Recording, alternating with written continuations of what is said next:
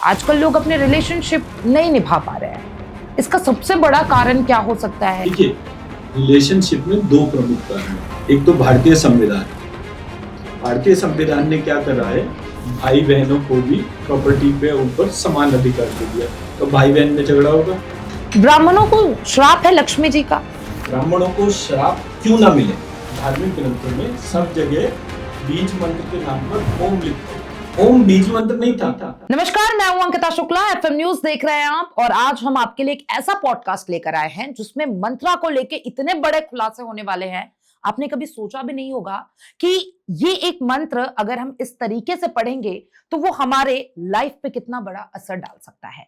आज देखिए, हमारे साथ दो ऐसे गेस्ट बैठे हुए हैं जो इस मंत्रा को लेकर इतना रिसर्च कर चुके हैं और इसको लेकर हीलिंग की जो पावर होती है, आज उसके बारे में भी डिस्कस करेंगे हम कि आखिरकार ये बीज मंत्रा क्या होते हैं। मेरे पास बीज मंत्र चिकित्सक हैं डॉक्टर गौरव शुक्ला और उनकी बेटर हाफ आरती शुक्ला। दोनों का बहुत बहुत स्वागत है एफएम न्यूज पे। देखिए, सबसे पहले जब बीज मंत्रा की बात हो रही है तो हम इसी से शुरुआत करते हैं। सर, इसका पावर, इसके बारे में किस तरीके से हम पूरी बॉडी को हील कर सकते हैं और इससे हमारे लाइफ पे कितना असर पड़ सकता है? देखिए, बीज मंत्र या पूजा पद्धति वो इस देश की आत्मा है। हम पूजा के मंत्रों को, धार्मिक ग्रंथों को जानते हो और नहीं जानते हो, उससे कोई फर्क नहीं पड़ता है। घर में दीपक जला के हर व्यक्ति अपने काम धंधे पे निकलता है। आज की यंग जनरेशन, जेन ज़ी जिसको कहते हैं, वो भी निकलती है। पूजा करना इस देश की आत्मा है, बैकबोन है। ये मेरा पॉइंट है कहने का। जब मैंने बीज मंत्रों पर काम करना शुरू करा तो मैंने एक गैप को आइडेंटिफाई करा कि हमारे यहाँ पहले सुपर ह्यूमंस थे। जैसे आप भीम का डिस्क्रिप्शन देखते हैं, कृष्ण का डिस्क्रिप्शन देखते हैं, कैसे थे। कृष्ण जब कंस के द्वार पे गए तो उन्होंने कुवल्या पीड़ हाथी को सूंड से उठा के फेंक के मारा। भीम ने 10,000 हाथी जो है महाभारत के युद्ध में आसमान में फेंक दिए। आज उस देश में जहां पर ऐसा सेट पैटर्न हो, वो बच्चे 2 किलो का बाट उठा के फेंक के नहीं मार सकते हाथी, और उसकी बात तो क्या हो गई। तो ये किसने दिमाग लगाकर हमारे देश के बच्चों का सबकी फिजिकल पावर्स को घटा दिया? किसी ने दिमाग लगाया होगा ना उसमें। तो मैंने उस प्रक्रिया को आइडेंटिफाई करके फिर बीज मंत्रों पर शोध करा और मेरे को तकरीबन 14 साल लगे इस शोध को करने में। मेरा वैसे कोर क्वालिफिकेशन MBA मार्केटिंग है। तो बट मेरे गुरुजी माउंट आबू में वशिष्ठ आश्रम या गोमुख आश्रम के नाम से वो जाना जाता है जगह, वो उनकी इच्छा थी कि मैं और आरती जो है वो संस्कृत पे और एजुकेशन में काम करें। तो हमने कहा ठीक है। तो मैं उस समय तो नया नया चेला था, तो जो गुरुजी बोलेंगे चेला वही करेगा। तो मैंने भी बिल्कुल उसी तरीके से ध्यान करते हुए मैंने पहले अपना मास्टर्स करा संस्कृत में, फिर PhD करा संस्कृत में, और डॉक्टर आरती ने अपना PhD साइको सोशियोलॉजी में करा। और फिर हम सोर्स कोड की तलाश में लग गए। तो सबसे इंटरेस्टिंग पार्ट क्या आया जो हमारे इस पूरे प्रोसेस में था, बीज मंत्र जो है उसकी प्रक्रिया ओम से रिप्लेस कर दी गई। हमारी धार्मिक ग्रंथों में सब जगह बीज मंत्र के नाम पर ओम लिखा हुआ है। ओम बीज मंत्र नहीं था, बीज मंत्र का प्लेस क्वालिफायर था। जैसे आप मंत्र सुनते हैं, ओम नमः शिवाय, ओम भूर्भुवः स्वः तत्सवितुर्वरेण्यम्, ऐसे करके सब जगह ओम ही लिखा हुआ और हमारे धर्म में ओम का एक अलग महत्व है। एग्जैक्टली है ना, हर चीज में ओम। अगर हम मेडिटेशन कर रहे हैं तो लोग हमें हमेशा कहते हैं कि ओम मतलब आप मन में ओम करिए तो आपको बहुत पीसफुल, मतलब पीस प्राप्त होगा। ओम तो जी आत्मा हो चुकी है देश में। मतलब आप ओम की पावर जो है लेकिन कुछ चीजें ऐसी हैं जो ओम में, मतलब जैसे मैंने साधारण सी ऑब्जर्वेशन बताता हूँ। अगर साधु ओम चैंटिंग करेगा तो वो धनवान हो जाएगा, गृहस्थ ओम चैंटिंग करेगा तो वो निर्धन हो जाएगा। अब ये कितना बड़ा वो है। मैं मेरी रिसर्च की बात कर रहा हूँ। मतलब मैंने पिछले 14 साल में जितनी भी जगह पे रिसर्च करी, जितने भी लोगों को मिला, देखा, तो मुझे ये बात पता चली उसका रीजन था। ओम जो था वो प्लेस क्वालिफायर था बीज मंत्र का। जैसे मैं बोल रहा कि ओम नमः शिवाय या जितने भी मंत्र सब में सबसे पहले ओम लगा हुआ है। उसका मतलब ये था इस मंत्र में ओम को रिप्लेस करके वहां पर उस मंत्र का बीज मंत्र लिखिए। ये रिप्लेसमेंट कहां से आया? क्योंकि देखिए, जितने लोग ये पॉडकास्ट देख रहे होंगे सबके माइंड में यही आ रहा होगा कि ये रिप्लेसमेंट कहां से आया। देखिए केमिस्ट्री में एक पीरियोडिक टेबल बना कि हमारे को धातुएं पता चलती गई, जैसे जैसे सारी धातुएं पता चलती गई उसको एक ऑर्डर में लगाने की प्रक्रिया बना दी। अब जब वो प्रक्रिया बन गई तो अब पूरे पीरियोडिक टेबल में आप सारे नाम लिखते रहिए, यूरेनियम, गोल्ड, सिल्वर, कॉपर, ऐसे करके। और तो जगह तो छोटी थी, अब पीरियोडिक टेबल जब छोटा हो जाएगा तो आपकी लिखने की जगह भी कम हो जाएगी। तो आपने क्या करा, वहां पे सिंबल्स बना दिए, गोल्ड की जगह सिर्फ AU लिख दिया, कॉपर की जगह सिर्फ CU लिख दिया, ऐसी करा ना। पूरे मंत्र को या उस पूरे ईश्वर का नाम लिखने के बजाय वहां पर एक चिन्ह डाल दिया। अब हम लग गए चिन्ह के पीछे, नतीजा क्या हुआ, हम बीज मंत्र से दूर हो गए। मैं मेरा पक्ष समझा पाया? हमारे यहाँ बीज मंत्र हर मंत्र में जोड़ा जाता था, और उसको आप ऐसी मानिए कि जैसे हम स्पर्म, एग, जाइगोट और पूरी क्रिएशन की बात करते हैं, वो उसी तरह से मिनिमलिस्टिक था। उसको पूरा फंक्शन ग्रो कर रहा था, डेवलप कर रहा था। बट हम उस नॉमेनक्लेचर में, उस सिंबल में ज्यादा बुद्धि लगा दी, जो प्रक्रिया थी वो हमसे दूर होती चली गई।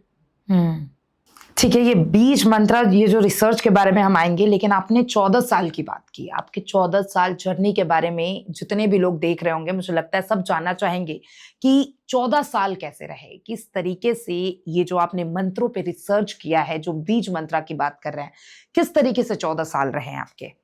क्योंकि 14 साल में मैं 5-8 मंत्री पकड़ पाया, मेरे को बहुत ज्यादा नहीं पता। और वो भी पता नहीं, अभी ये मैं पूरी तरह से नहीं कह सकता कि मैं पूरा जान भी पाया नहीं जान पाया, क्योंकि डिवाइन को जानने की प्रक्रिया बहुत गंभीर होती है। हम क्योंकि अपने घर में दुर्गा सप्तशती करते हैं, नवरात्रि आती है, एम रीम क्लीम चामुंडाई विच्चे। अब एम क्या है वहां पर, बोले जी ये महासरस्वती है। रीम क्या है, ये महालक्ष्मी है। क्लीम क्या है, ये महाकाली है, महासती है। तो 3 तो समझ में आ गए पार्ट। इसको नवारण मंत्र कहते हैं। फिर आया चामुंडाई, चामुंडाई में चामुंडाई 4 पार्ट हो गए, तो 4 और 3 7 तो समझ में आ गए कि ये कहां से बने, सोर्स कोड भी क्लियरली रिफ्लेक्ट है। जब वो विच्चे की बारी आई, तो विच्चे क्या है, ये पंजाबियों में जो बोलते हैं एदे विच पा दे, तो ये क्या वो वाला विच्चे है या कुछ और है? हाँ। तो मैंने जब उसको देखा कि ये विच्चे आया कहां से, तो पता चला, जब उसको रिसर्च करके ढूंढा, और मेरा जो रिसर्च करने का तरीका था, वो मैं मंत्र का चैंटिंग नहीं करता था कभी भी। मैं हमेशा मंत्र को लिखता जाता था लाल रंग के पेन से, और कोशिश करता था कि इस मंत्र से मेरे धीरे धीरे करके संवाद बन जाए, वो डायलॉग बन जाए कि मंत्र मुझसे बात करे। तो मेरे गुरुजी ऐसे कहते थे कि ये मंत्र जो है, जिस दिन जागृत होकर अपने बारे में बताएगा, तुम सोच भी नहीं सकते कि ये क्या क्या चीजें अपने बारे में बता सकता है। तो गुरुजी है, उन्होंने कह दिया कोई भी चीज, तो मैं भी ऐसी कोशिश करता, मैं लिख लिख के उसकी प्रैक्टिस करता हूँ। जब मैं वो लिखना शुरू करा, तो एक दिन मंत्र ने बोला कि मैं विच्चे नहीं व्री अंचे हूं। अब व्री अंचे हूं, ये क्या मतलब हुआ? पता चला संस्कृत में विरंची नाम ब्रह्मा जी का था। सो एम ह्रीम क्लीम मतलब महालक्ष्मी, महासरस्वती और महासती, चंड मुंड का विनाश होने पर ब्रह्म की उत्पत्ति की निर्देशन मिला उस मंत्र से। अदरवाइज आप सोचे, दुर्गा सप्तशती के अंदर चंडमुंड तो चिंटू मिंटू थे, मेल तो देव थे, जो राक्षस थे वो शुंभ निशुंभ थे। हमने शुंभ निशुंभ को नहीं अपने मंत्र में डाला, हमने किसको डाला? चंडमुंड। क्यों डाला भाई? कोई रीजन तो होगा। उसके बाद धूम्र लोचन था, रक्त बीज था, मधु कैटभ था, महिषासुर था, उनमें से किसी को भी नहीं हमने डाला। हमने डाला केवल चंडमुंड को, तो उसके पीछे कोई ना कोई तो रीजन होगा ना। चंडमुंड वाले पार्ट को ही मैंने डिकोड करने की कोशिश करी, एंड एज अ रिजल्ट वो मंत्र क्या हो गया? एम रीम क्लीम चामुंडाय व्री अंचे। अब अंचे में भी डबल चा नहीं था, क ख ग घ अंग च छ ज झ य, तो आधा य और चा से आई की मात्रा, व्री अंचे, 2 नए बीज मंत्र मिले। ऐसे अब इस एक डिकोडिंग के तौर पे मुझे 3 साल लगे। 3 साल तक मतलब जो अभी तक हम मंत्र का जाप कर रहे थे, वो उच्चारण ही गलत था। तभी तो भगवान किसी के भी घर में प्रकट नहीं हो रहा ना। मैं तो ऐसे ऐसे लोगों को भी जानता हूँ जिन्होंने इस मंत्र को 1-1 करोड़ बार जाप करा है। नवरात्र में हम खुद करते हैं इस मंत्र का जाप। तो छोटी छोटी चीजों का देखिए, मेरे घर में 50 साल से दुर्गा सप्तशती पढ़ी जा रही थी, तो मैं देखता था कि ना तो मेरे घर में बड़ी जबरदस्त हेल्थ है सबकी, ना ही सबकी परफेक्ट सी वेल्थ देखी मैंने। हम तो ब्राह्मणों को तो मतलब बोला ही जाता है एक निर्धन ब्राह्मण था। हमें तो मतलब सूचित भी ऐसी किया जाता ना, कोई ये तो नहीं कहता कि कोई ब्राह्मण जो है धनवान ब्राह्मण था। अच्छा, लेकिन जब ब्राह्मणों की बात होती है, ये ब्राह्मणों पे श्राप कह सकते हैं, ब्राह्मणों को श्राप है लक्ष्मी जी का? देखो जी, बड़ी सिंपल सी बात है, ब्राह्मणों को श्राप क्यों ना मिले? पहली बात तो वो शाप है, श्राप नहीं है। शाप और श्राप दो फर्क फर्क चीजें होती है। शाप कहते हैं साउंड कोडिंग को, मतलब जैसे वो ने खुल जा सिमसिम, तो जब तक आप खुल जा सिमसिम नहीं बोलोगे दरवाजा नहीं खुलेगा, ये साउंड लॉक हो गया एक तरीके से। उसी तरह से शाप कहते हैं साउंड लॉक को। तो हमारे यहाँ शाप बोला गया है कि जब तक आप उस मंत्र का ऋषि का नाम नहीं लेंगे तब तक वो साउंड लॉक खुलेगा नहीं। खुलने का रीजन सिर्फ ऋषि वाली प्रक्रिया हो जाती है। अब आइए ब्राह्मण और ब्राह्मण के रोल के ऊपर। ब्राह्मण का कितना विलक्षण रोल है। बच्चा पैदा हुआ, पैदा होने से पहले उसके संस्कार, पुंसवन संस्कार और तमाम संस्कार जो है वो करवाए जाते हैं, ब्राह्मण आके करता है। फिर बच्चे को 3 से 5 साल तक जो है मदर जो है वो टीचर रहती है। फिर ब्राह्मण के गुरुकुल के तौर पर उसको शिक्षित करने की जिम्मेदारी, तो बच्चे के अंदर शिक्षा और संस्कार जो है वो कौन डाल रहा है? ब्राह्मण डाल रहा है। अब इस ब्राह्मण ने 16 वर्ष के संस्कार में एक बार भी लक्ष्मी जी का प्रवेश नहीं कराया, केवल सरस्वती जी का कराया। जबकि दुर्गा सप्तशती में क्या लिखा हुआ है? महालक्ष्मी से महासरस्वती और महासती, ये दो उत्पन्न हुए, ऐसे करके दुर्गा सप्तशती बोलते हैं। तो हमने अपने बच्चों को लक्ष्मी से कनेक्ट ही नहीं करा, तो जिम्मेदार कौन है? ब्राह्मण ही जिम्मेदार होगा ना। तो लक्ष्मी जी का शाप ब्राह्मणों को ही जाएगा, क्योंकि उनकी जिम्मेदारी है कि हमारे बच्चे विद्यावान भी हो और धनवान भी हो। आप देखिए व्हाट्सएप, इसको खरीदा किसने? मार्क ज़करबर्ग ने। किस आयु में खरीदा? 27 वर्ष की आयु में। 27 वर्ष की आयु में एक व्यक्ति ने 1.25 लाख करोड़ रुपए का कंपनी को खरीद लिया। हमारे देश में क्यों नहीं बच्चे सोचते 5,000 करोड़ रुपए कमाने की? आप सोचो, आपके माता पिता आपको कैसे तैयार करें, और मेरी बेटी जो है अच्छी तरह से एक उसको नौकरी मिल जाए, सरकारी नौकरी मिल जाए। तो जब हम अपने बच्चों को बनाएंगे ही नौकर, तो मालिक कौन बनाएगा?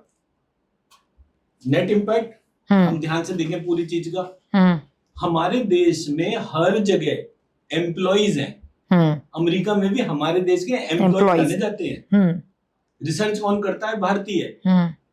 नाम किसका होता है? अमेरिका। यही तो प्रक्रिया है ना। ये क्यों हुआ? तो ब्राह्मणों को तो शाप मिलना ही चाहिए ना। लक्ष्मी जी का चिंतन। अब आप आइए, ये तो हो गया कि भाई चलो टेक्स्ट है, पता नहीं झूठ भी है सच भी है। हमारे देश में आर्थिक राजधानी कौन से शहर को कहते हैं? मुंबई। मुंबई में कौन सा टेम्पल है? लक्ष्मी जी का, महालक्ष्मी का। ठीक। अब मुंबई की आर्थिक स्थिति और दिल्ली की आर्थिक स्थिति में कितना बड़ा फर्क है? बहुत फर्क है, जबकि दिल्ली राजधानी है देश का, फिर भी नहीं है यहाँ पर। ठीक है, तो महालक्ष्मी का जहां पर है वहां पर धन है, और जहां नहीं है वहां धन नहीं है। मेरा पक्ष समझा पाए? अब आप आ जाइए हैदराबाद में वैभव लक्ष्मी टेम्पल है, चार मीनार के एक पिलर थे उसमें। तो एक पिलर जो है वो वैभव लक्ष्मी है। वहां पे नरसिंह लक्ष्मी, वारा लक्ष्मी, इन तमाम देवियों की पूजा होती है। इसका मतलब लक्ष्मी चिंतन वहां पर है। अब आप हैदराबाद की फाइनेंशियल्स देखिए, मुंबई के फाइनेंशियल्स देखिए, बैंगलोर के फाइनेंशियल्स देखिए, पूरे साउथ के फाइनेंशियल देखिए, जहां जहां लक्ष्मी जी का पूजन हो रहा है वहां वहां उल्टा कर लीजिए। अब आप आ जाइए नॉर्थ में। यहाँ हम किसकी पूजा कर रहे हैं? हनुमान जी की, शिव जी की, राम जी की। वो सीता जी को भी लक्ष्मी नहीं बोल के हम पूजा करते हैं, सीता बोल के करते हैं। कहीं उनको सीता बोलते हैं, कहीं सिया बोलते हैं। भाई नाम ना हो गया, मजाक ही हो गया।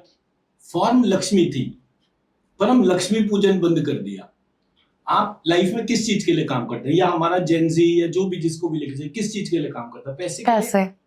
अब पैसे के लिए मैं पूजा करता हूँ, और मतलब पैसा मेरी लाइफ का सबसे एसेंशियल फंक्शन है। और मैं पूजा किसकी कर रहा हूँ? हनुमान जी की, शिव जी की, शनि देव की, साईं बाबा की। किसकी करनी चाहिए? लक्ष्मी जी की। नेट इम्पैक्ट क्या होगा? अच्छा, एक और लोग मैं कंफ्यूज पक्का रहते हैं। नहीं नहीं, बता बिल्कुल रहा। बिल्कुल समझ में आ रहा है। लक्ष्मी जी से रिलेटेड ही मेरा एक सवाल है। लोग लक्ष्मी माता की पूजा करते हैं, आरती का एक अपना महत्व होता है, आरती करके विदाई दी जाती है। कई लोग लक्ष्मी जी की जब दिवाली पे पूजा की जाती है तो कई लोग आरती नहीं करते। ये महाराष्ट्र में काफी प्रचलित है, लोग आरती नहीं करते हैं। लेकिन जब मैं दिल्ली आई, जब मैंने यहाँ देखा तो यहाँ लक्ष्मी माता की आरती उतारी जाती है। तो ये भी एक चल रहा है कि लक्ष्मी माता की आरती की जाए या नहीं की जाए। ये भी समझ, अगर लक्ष्मी माता की विदाई तो कोई नहीं चाहता, सब चाहते हैं लक्ष्मी माँ आप मेरे घर आइए, मेरे घर में विराजमान होइए। लेकिन ये आरती का जो प्रचलन है ये थोड़ा कहीं ना कहीं सबको कंफ्यूज करता होगा। देखिए, ये जो आपने क्वेश्चन रखा है ना, ये इसलिए हो सकता है कि आपका कोई ऐसा बैकग्राउंड होगा जो आप ट्रेडिशनली पूरे सिस्टम को जानने के हिसाब से, जैसे घर में जैसे महेंद्र पुजारी टाइप के लोग होते हैं ना, जहाँ पर बच्चों को बचपन से चीजों का एक एक पार्ट बारीक बारीक बताया जाता है। अभी तो यही नहीं पता कि लोगों को लक्ष्मी के हिसाब से वो है या नहीं। एक बात आरती की, तो हमारे यहाँ जैसे, मतलब मेरे तो साथ में ही आरती है तो मैं तो ज्यादा उसके तौर पे आरती लक्ष्मी सब आपकी यही है। तो मेरा ऐसा देखना है पूरे प्रक्रिया में कि धर्म हमारे यहाँ महिलाओं की डोमेन में आता है। पुरुषों ने वेस्टर्न अटायर ले लिया, महिलाएं अभी भी साड़ी वाले अटायर के तौर पर है। तो धर्म की रक्षा कौन कर रहा है? महिलाएं कर रही है। उनको जो रिचुअल रोज के रोज कनेक्ट वाला होता है, ठीक है, जैसे आपने बोला आरती उतारने का, आरती का ट्रेडिशन जो है वो विदाई के साथ साथ ऑरा एनहेंसमेंट भी है। आपने आरती की, भगवान से उस अग्नि को कनेक्ट करा और मैंने उठा के ऐसे करा, तो मैंने क्या करा, वो जो आपने पॉजिटिव ऑरा, भगवान का आह्वान करा था, वो भगवान का आह्वान मैंने अपनी ऑरा में भी कर लिया। ठीक है, प्रक्रियाओं में सोचने का तरीका, जैसे ये आपको किसी आपके कोई फैमिली में है जो इसमें ही आते हैं ट्रेडिशनल प्रैक्टिस में, पुरोहित वगैरह? हाँ, मेरी पूरी फैमिली इसी चीज में है। ये तभी आपने ये वाली चीज बोली, अदरवाइज इतने डीप क्वेश्चंस तो नहीं हो सकते, पॉसिबल नहीं हो सकते। हाँ, तो जो व्यक्ति करता है ना वो काम, उसको पता होता है कि उस चीज तो जो मंदिर में जो पुरोहित होते हैं, जो भगवान की वो करते हैं, उनको पता होता है, तो वो एक संस्कार आपको भी उसके तौर पे आ गया। चलिए देखिए, ब्राह्मण है तो ये सारे संस्कार तो खैर होने चाहिए। अब लक्ष्मी जी को प्रसन्न किस तरीके से की जाए, उनका कौन से मंत्र का अगर हम उच्चारण करेंगे तो लक्ष्मी माता हमारे घर में विराजमान हो जाएंगी? देखिए, संस्कृत में कहते हैं लक्ष्यते इति लक्ष्मी, जहां लक्ष्य है वहां पर लक्ष्मी है।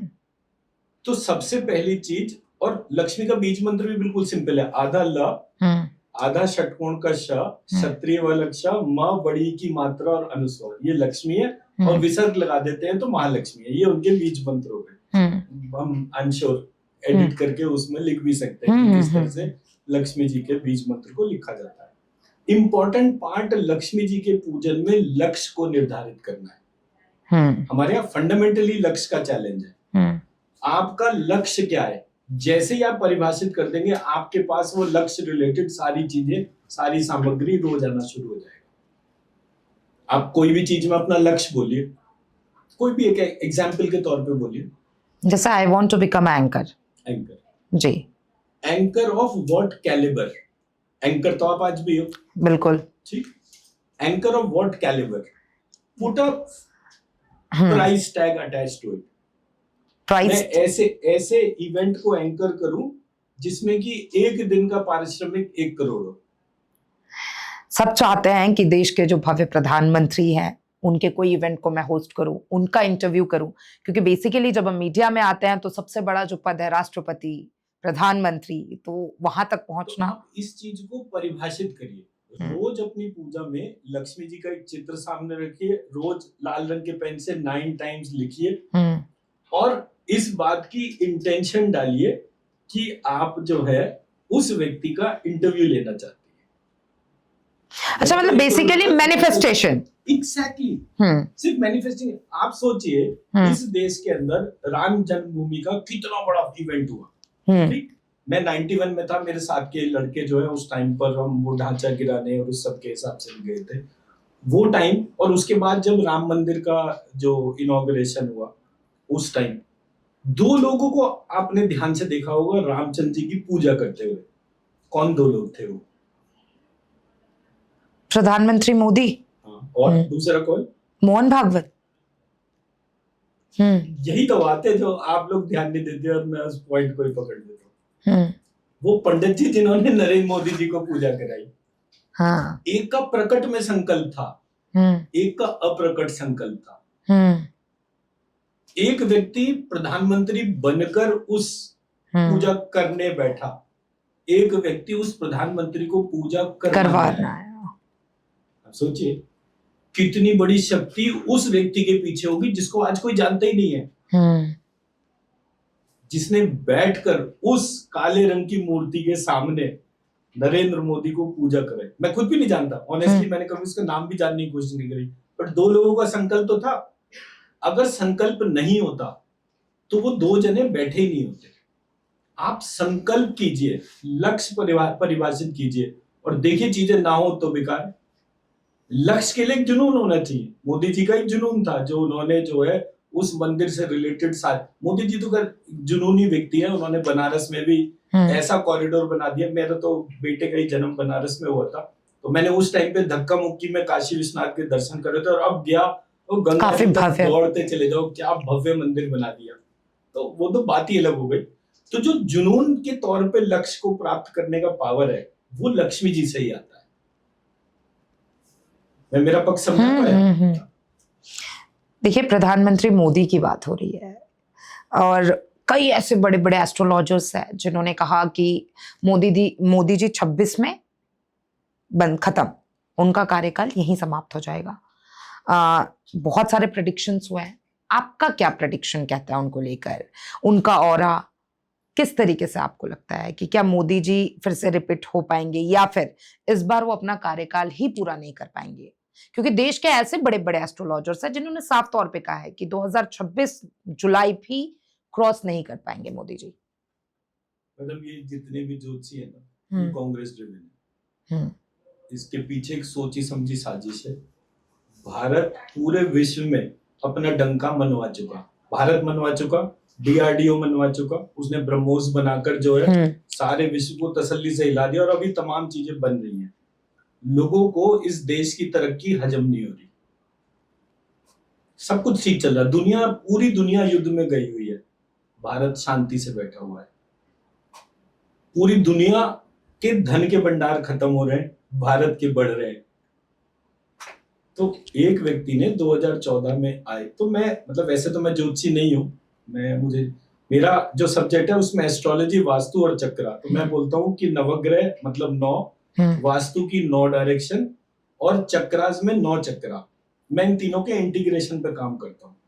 तो मैंने जब 2014 में मोदी जी प्रधानमंत्री बने थे तब उस डेट, टाइम और प्लेस को जब कैलकुलेट करा था तो 17 वर्ष के लिए वो प्रधानमंत्री बने थे।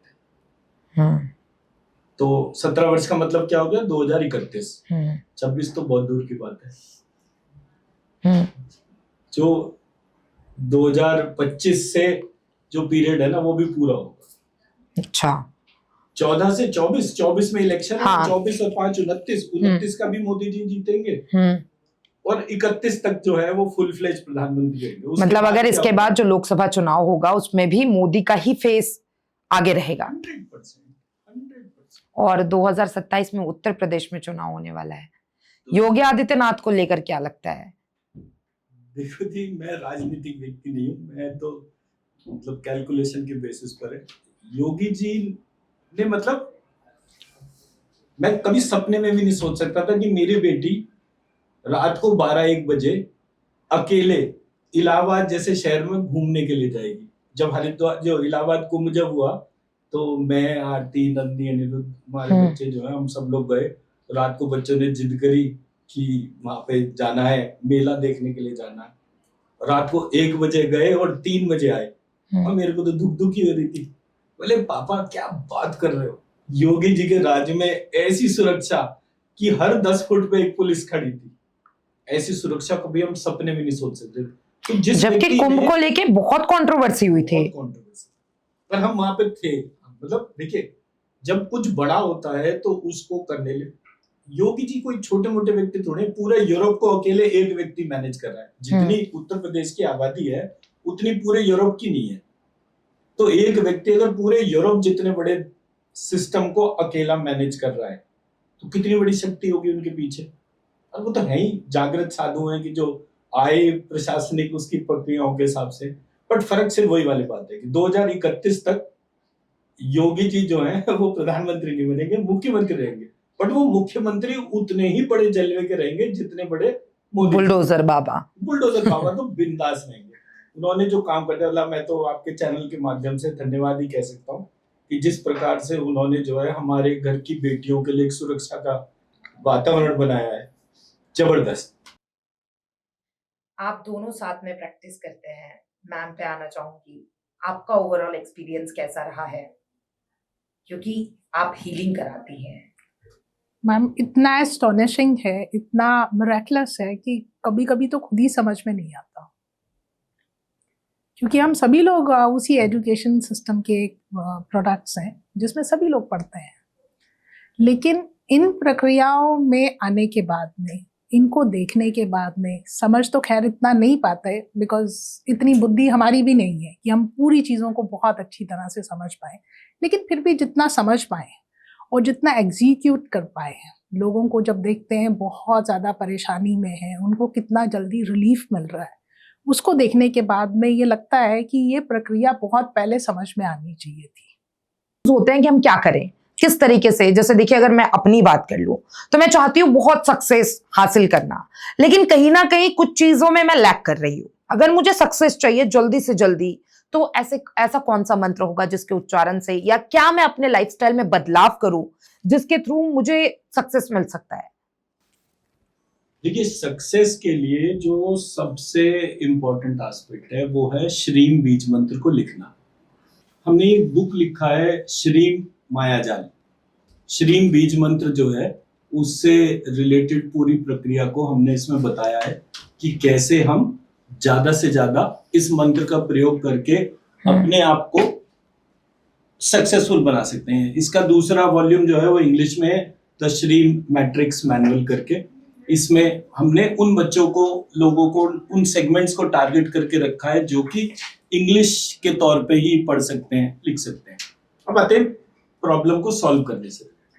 तो हम ये बोलते हैं कि आपको श्रीम बीज मंत्र जैसे लिखने का तरीका, मैंने एक अलग तरह से श्रीम लिखवाता हूँ, जैसे मार्केट में श्रीम बीज मंत्र बोला जाता है वैसे नहीं। इस प्रकार से जब हम उसको लिखते हैं तो इस प्रकार से लिखने पे 3000 बार रोज लिखना है, लाल रंग के पेन से लिखना है और दोनों हाथों से लिखना है। तो पहले आप राइट हैंड से लिखेंगे, फिर लेफ्ट हैंड से लिखेंगे और फिर दोनों हाथों से लिखेंगे। शुरुआत करिए 108 बार लिखने से और लिखिए अपने फोटोग्राफ के ऊपर। मान लीजिए आपको खुद सक्सेस चाहिए, तो आप अपना एक फोटो का A4 साइज प्रिंट आउट निकलवा लीजिए। उस फोटो में ऊपर और नीचे 3000 बार लिखना, तो 1500 बार ऊपर, 1500 बार उस फोटो के पीछे, ठीक है। लाल रंग के पेन से लिखना है। अब जब आप उस पे श्रीम लिखना शुरू करेंगे तो आपको राइट हैंड से लिखना है। जैसे जैसे आप राइट हैंड से लिखते जाएंगे वैसे वैसे आपका लेफ्ट ब्रेन जो है उसको एनर्जी मिलनी शुरू हो जाएगी। ये एनालिटिकल ब्रेन होता है, तो आपके एनालिसिस वो स्ट्रांग होते जाएंगे। जैसे जैसे आप लेफ्ट हैंड से श्रीम लिखेंगे वैसे वैसे आपका right brain which is emotion, thinking, वो इम्प्रूव होता जाएगा। फिर आप दोनों हाथों से जब श्रीम लिखेंगे तो आपका मिड ब्रेन एक्टिवेशन हो जाएगा। Mid brain activation is control and coordination. Corporate system हो चाहे नॉर्मल बिजनेस, धीरे धीरे बिजनेस को ग्रो होते हैं। जब वो ग्रो होता है तो आपको जो है डेलीगेट करना आना चाहिए। लीडरशिप ट्रेट्स है, वो लीडरशिप ट्रेट्स आपके मिड ब्रेन एक्टिवेशन से आते हैं। मैं मेरा पक्ष समझा पाया? तो पहला फर्क जो हर एक व्यक्ति अपने लाइफ में कर सकता है अपने आप को सक्सेसफुल बनाने के लिए, वो 3000 बार लाल रंग के पेन से श्रीम लिखे और उसको 1 साल तक ये प्रक्रिया करनी है। जब वो इस तरह से करेगा और वो जितनी भी शीट्स इकट्ठी होती जा रही है वो घर में ईस्ट डायरेक्शन में रखे। तो वास्तु में ईस्ट डायरेक्शन जो है वो सूर्य की दिशा कहलाती है, और इस दिशा में जितने बीज मंत्र ज्यादा होंगे उतना उस घर का हैप्पीनेस क्वोशिएंट जो है वो बढ़ता जाएगा। अब आप कहेंगे हैप्पीनेस क्वोशिएंट कैसे मेजर कर सकते हैं? नेचुरल से क्वेश्चन। जब घर के लोग बात करते करते हंसने या गुनगुनाने लग जाएं, मान लीजिए घर में मेड खाना पका रही है और वो खाना पकाते पकाते गाना ही गुनगुनाना शुरू कर दे। आप शीशे के सामने तैयार हो रहे हैं कि आपको ऑफिस जाना है, आप खड़े खड़े अपने आप को देखें और गाना गुनगुनाना शुरू कर दें, कोई भी। जब आप गाना गुनगुनाना शुरू कर रहे हैं, दैट मीन्स कि आपके दिमाग में कामनेस है, और आपके दिमाग में कामनेस है तभी आप अपने आप को रिलैक्स करने के लिए गाना गा रहे हैं। उस गाना गाने से आपके घर की ऊर्जा बेटर हो जाती है।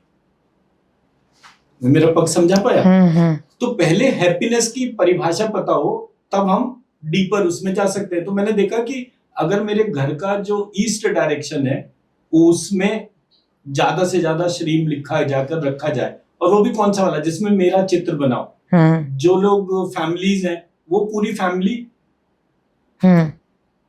हस्बैंड वाइफ 2 बच्चे या ग्रैंड पेरेंट्स, उन सबका एक फोटो ले ले, उस फोटो के A4 साइज प्रिंट निकाल ले और उसको कर ले। इसमें कोई और एग्जाम्पल दीजिए जिसमें कि बीज मंत्र का प्रयोग के तौर पे।